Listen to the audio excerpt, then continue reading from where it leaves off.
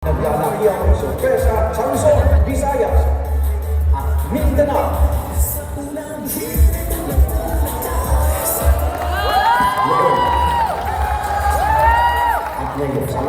Fun and syempre yung balita, no? Yung dalawang component po yun ng unang hirit na through the years hindi naman po nagbago yun. Yung magpasaya ka at the same time malaman nila kung ano nangyayari sa kanilang paligid. Lalo na po sa umpisa, at talaga inaabangan sa amin yung may pasok ba o wala. Totoo po yun. Dahil minsan, pag inisip nyo yung umaga po namin, mga bata po yung audience, no, maagang papasok. Kasi sila tatay, naghahanda ng trabaho, si nanay, naghahanda ng kanilang mga baon. So yun po yung audience na naiisip lagi namin na sa umpisa pa lang ng pagising nila, good vibes na para madala nila sa buong araw. So yun yung hapon din sa amin na sana maibigay din namin yung simula ng umaga nila yung masaya at may kaalaman. Salamat sir. Kayo po Ma'am Suzy. Kumbaga pag nanonood sa umaga, merong inaabangan ng mga nanay, may inaabangan ng mga tatay, ng mga anak nila. And through the years, nakita namin how much they appreciated us. So pag nakita namin sila ngayon, may mga trabaho na, yung iba doktor na, yung iba mga professional na, yung iba nagiging guest namin sa unang hirit. At sinasabi nila na kami ang kasama nila tuwing sila'y naghahanda pa lang papasok sa school. Tapos so, nagkakaroon sila ng opportunity na ma-meet kami, parang part na kami ng buhay nila. So, tatak siguro ng unang hirit yung maging kasalo ng bawat Pilipino sa umaga, araw-araw. Thank you for that nice question. Salamat po. Naku, ang gastos. Ang gastos. May malakas ko. Parang may mga anak ni Susie na pinapalaki. Opo, pero natutuwa kami kasi nakikita din namin yung sarili namin sa kanila nung 25 years younger kami. Ganon din kami kasipag, hindi man nabago yun. At natutuwa kami na enjoy po sila sa pagsama sa amin sa unang year. Kami din, marami kami natututunan sa kanila. So kung kunwari, itatanong sila sa amin ng mga whatever tips or new information, kami din, dahil mas bata nga sila, mas aware sila yung sa mas alam ng kabataan ngayon. So sila din nagtutulong sa amin. It's such a good two-way street. We really learn from each other. Kaya we're so happy to have them nakasama sa show namin.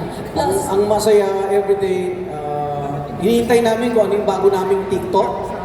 Kasi sinasama po nila para, alam niyo yung generation gap ba? Na masaya, nakakabata po silang mga bago. Nakakabata po. nakasama si attorney sa TikTok ha. Attorney, paano kanila napapapaya?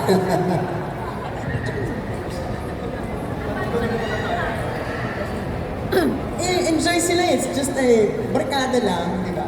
So, pag nagkakayayaan, why not, di ba? So, marami din natututunan. Always from give them. si attorney. Yeah, why not? Life is short. We should have fun every day. That's right, that's right. Enjoy life. Thank you. Thank you po. Ba para mag-cover ng Yolanda, you know, the Super Typhoon Yolanda. Kasi pagdating ko doon, day after So, pagdating ko doon, ang dami ng dead bodies along the road, yung distraction, talagang yung andyan na visible pa. So, parang natural lang naman sa tao na ikaw malulungkot, sasaktan ka. But, nevertheless, doon ka to do a report, maging objective ka sa lahat ng nakikita mo. But, kahit ano yung nararamdaman mo, isi-set aside mo yun because you're there para mag-report ka talaga doon sa gaano ba yung extent ng damage sa lives, properties, doon sa lugar na sinalanta ng Yolanda. So it doesn't matter kung nag-stay kami doon ng ilang days at natulog kami sa barko, sa open space, because alam mo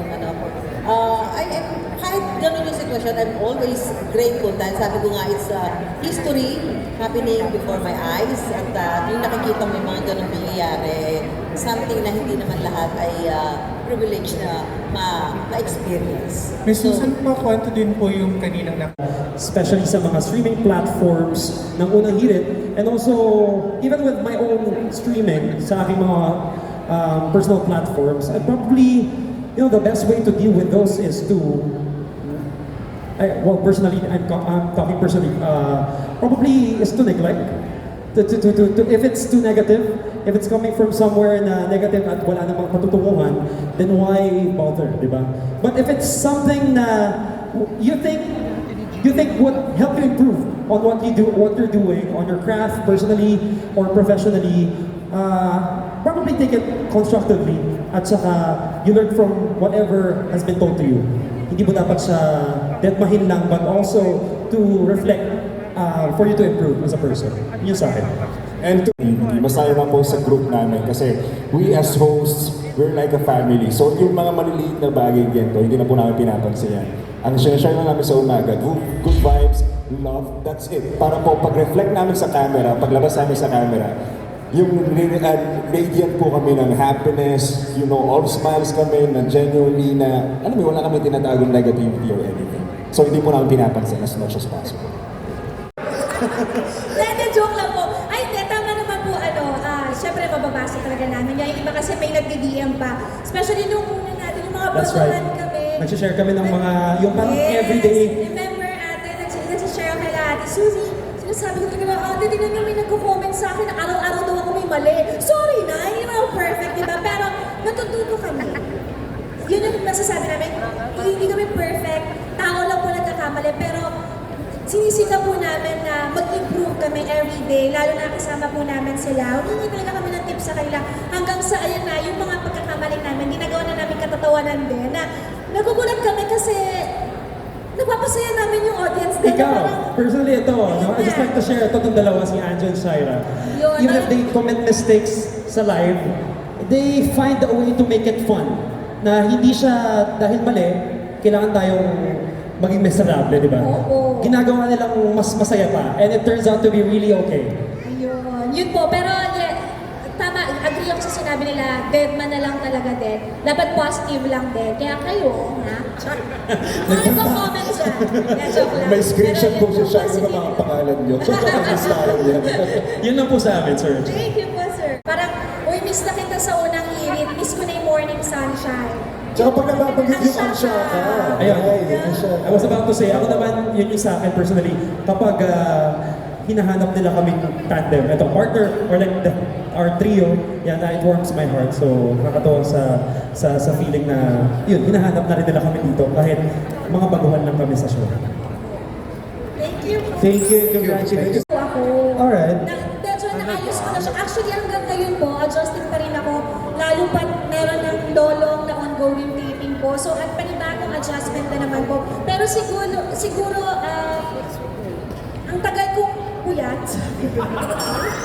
Kasi po parang, di ba parang po ma-adjust niyo po yung tulog niyo na mapaaga. Kailangan titiisin mong dilat yung mata mo. Pagkatapos sa unang hirit, dapat di ka mag-siesta, walang nap, para po makatulog ka ng maaga. So, feeling ko yun yung naging adjustment ko po. And at the same time, yung disiplina din sa sarili po. Kasi sa totoo lang, lagi kasi akong puyat talaga before unang hirit pa. Then, sabi ko nga yung unang guesting ko sa unang hirit, ayoko na, last promotion ko na to, hindi ko kaya.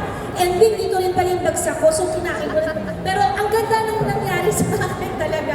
Pero yun po siguro dahil sobrang love ko yung show, gusto kong magtagal dito sa unang hirit. Kaya po, dinidisiplina ko po yung sarili ko po talaga na kahit na antok ako po yan, galing trabaho, matutulog po talaga ako ng sa set po, ayan po, may mga nakikita po kayo ng mga behind the scenes, tulog po ako, nagnanakaw na lang po ako para po, ayan, makabawi-bawi. Pero pumapasok pa rin siya.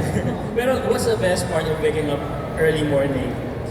Yung makapag-breakfast po na libre. Amen. Courtesy of Arlino. Hindi kasi po yung po talaga yung parang naging bonding namin talaga na para kami may mga tatay, may mga nanay, pandesal ni Mami Sue, may kanya-kanyang bit-bit po talaga. So yun yung may pa-bake pa si attorney, may mga pa-cookies and nuts si Ate Susie, si Chef JR. Siyempre yung taya niya, yung mga tawid, di ba? Tama. Si Anjo, tinador lang din po siya. Kami po. Walang ambag yan. Walang ambag po. Pero yun po yung best part po talaga. And Difficult question. Yung wala kang mali. Yung wala akong mali.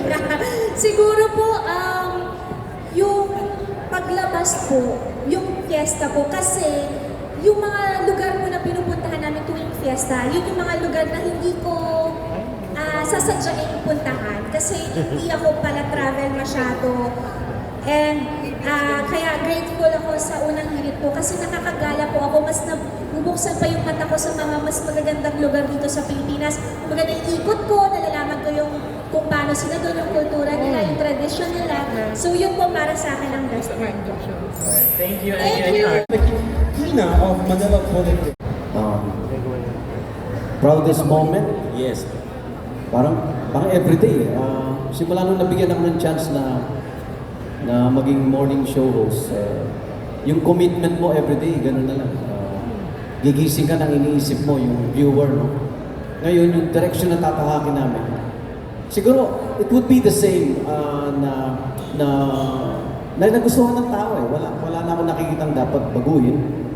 Medyo, with the emergence ng social media, kung mapapasin nyo, medyo, yun na rin ang direction namin, no? May mga social media platform na rin po ang unang hirit. Nasa TikTok, nasa Facebook, and surprisingly, pati sa mga bus na may TV, nakikita namin nagko-comment sa amin. So, naging wide na yung audience namin, naging global. So, mas siguro yun ang direction namin. Sasabay ka rin sa pagbabago din sa mundo. And kung kami lang, personally, sa akin wala akong nakikitang big changes. Kung ano yung ginagawa ko 25 years ago, yun pa rin ang gagawin ko hanggang ngayon. Okay, sir. Hindi kasi yung nakikita ng tao sa kanilang television o other social media platform, sincere yun eh. Yung samahan namin on and off camera. Sa unang hirit, marami na po ako naging kumare. Mga kumare ko po ito. Marami na rin po akong inanak sa kasal at mga aanakin pa sa mga future. Nakatoka na rin. So, yung pagiging barkada o pamilya namin on screen, mas masaya minsan pag off eh. Dahil nandun na yung bonding po namin. Kasi pag sa TV, segmentized po yan. No? So, minsan, si Kaloy at Shaira lang nandun, o si Anjo habang nagwe-weather. Wala yung nagkakasama-sama kami. Off-cam po yun. Doon po yung masaya na nandun na yung ano nangyari sa pamilya, kamusta nangyari. Kamusta hindi po kami ng mga anak, mga apo. So, pag nag-on-cam ka na, lumalabas yung yung saya namin. So, nadadami na rin po yung mga viewers ko. Wala kaming halong bola o kaplastikan. Kung ano nakita nyo, yun din po kami off-cam.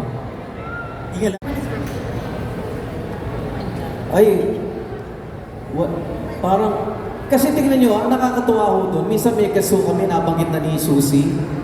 May guest kami sa UH Clinic na doktor, na siya yung naging alarm clock namin. Kasi ngayon professional na siya. Parang, wow, parang kasama ako sa tagumpay niya, di ba?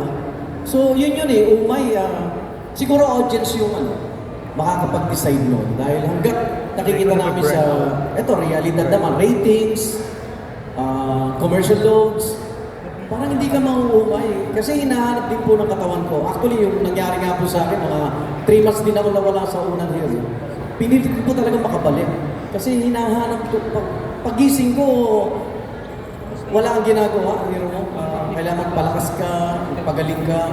Pero yun yung naging motivation ko na makabalik agad. Kasi binigyan mo ako 6 months na makarehab. In 3 months, tumatawag na po sa gusto ko nang bumalik. Iba yung inspiration na nabibigay po sa akin personally ng unang hearing paggising mo sa umaga. Thank you. Parang naiiyak ka, partner. Bago ba? Oh, definitely. Pero I couldn't just put into words kung paano nabago, kung gaano kalaki na bago ng unang hirit yung life ko for the past almost 3 years of my life. Who would have thought na magiging parte pa na ako ng Once again, this Rose Garcia and Marites Jr. Gonzalez, also from them. Hello? So ang pinang-lure po nila sa akin, sila po talaga may gawa ito si Daddy Igan. Bumili siya ng pandesal. Tapos simula nung araw na nakakain ako ng pandesal, araw-araw na po yun. Unti-unti na ako pumapasok sa circle, nakakakwentuhan ko na sila, nakakamusta ko na sila. Doon po talaga nagsimula sa simpleng pandesal na yun. Tapos yung rapport namin, surprisingly, hindi po sila mahirap pakisama. Bawat isa po ng hosts ng unang hirit, sobrang babay po nila, sobrang professional. At saka parang pamilya po kami, tulad po na sinabi namin kanina, na ito pong samahan namin, on and off cam, ganito po kami, signatibay po kami. Kaya sobrang pasalamat ko po na sobrang sarap nilang kasama.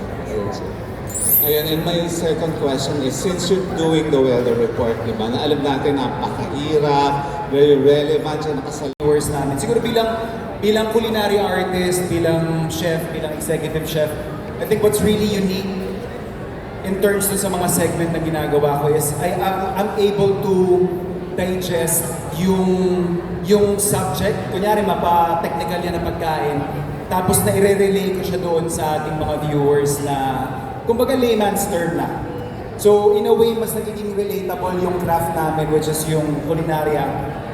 And yun nga, I'm able to experience yung food culture ng Pilipinas at i-relay, i-convey yun sa mga kapuso nating tumututok kada umaga. And paano nakatulong, Chef, yung unang hirit in promoting yung culinary parang advocacy niyo, like yung farm to table, mga things like that? Malaking-malaki yung naiambag nito doon sa professional career ko talaga. Which I think everyone can attest yung impact ng reach kasi ng GMA and of course yung brand kasi ng unang hirit. I think more than anything, privileged ako personally na makasama sa grupo nila knowing na meron tayong established na brand. Which is yung unang hirit, may established na tayong family na kasama na ng kultura ng bawat Pilipinong sumusubaybay tuwing umaga. So, for me, nagkakaroon kasi ng integrity yung pangalan ko.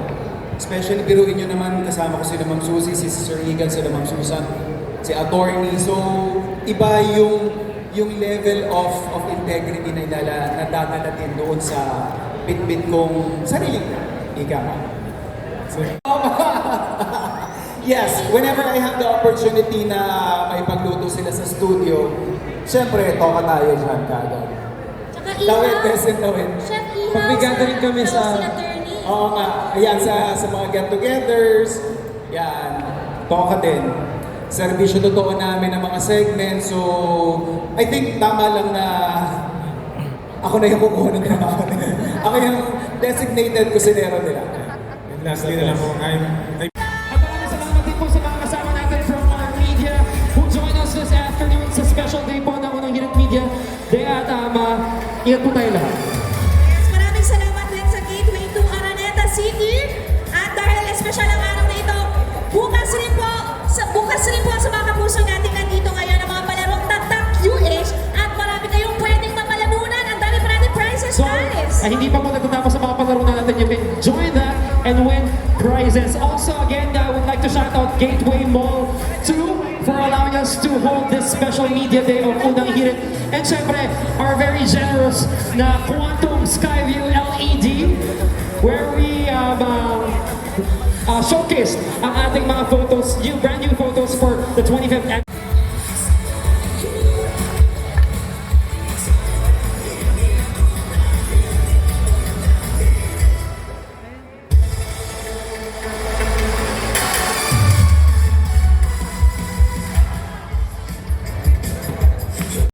Ay, oo, sino ka? Ay, nasisi ka? Sige, ito muna. Dito malapit.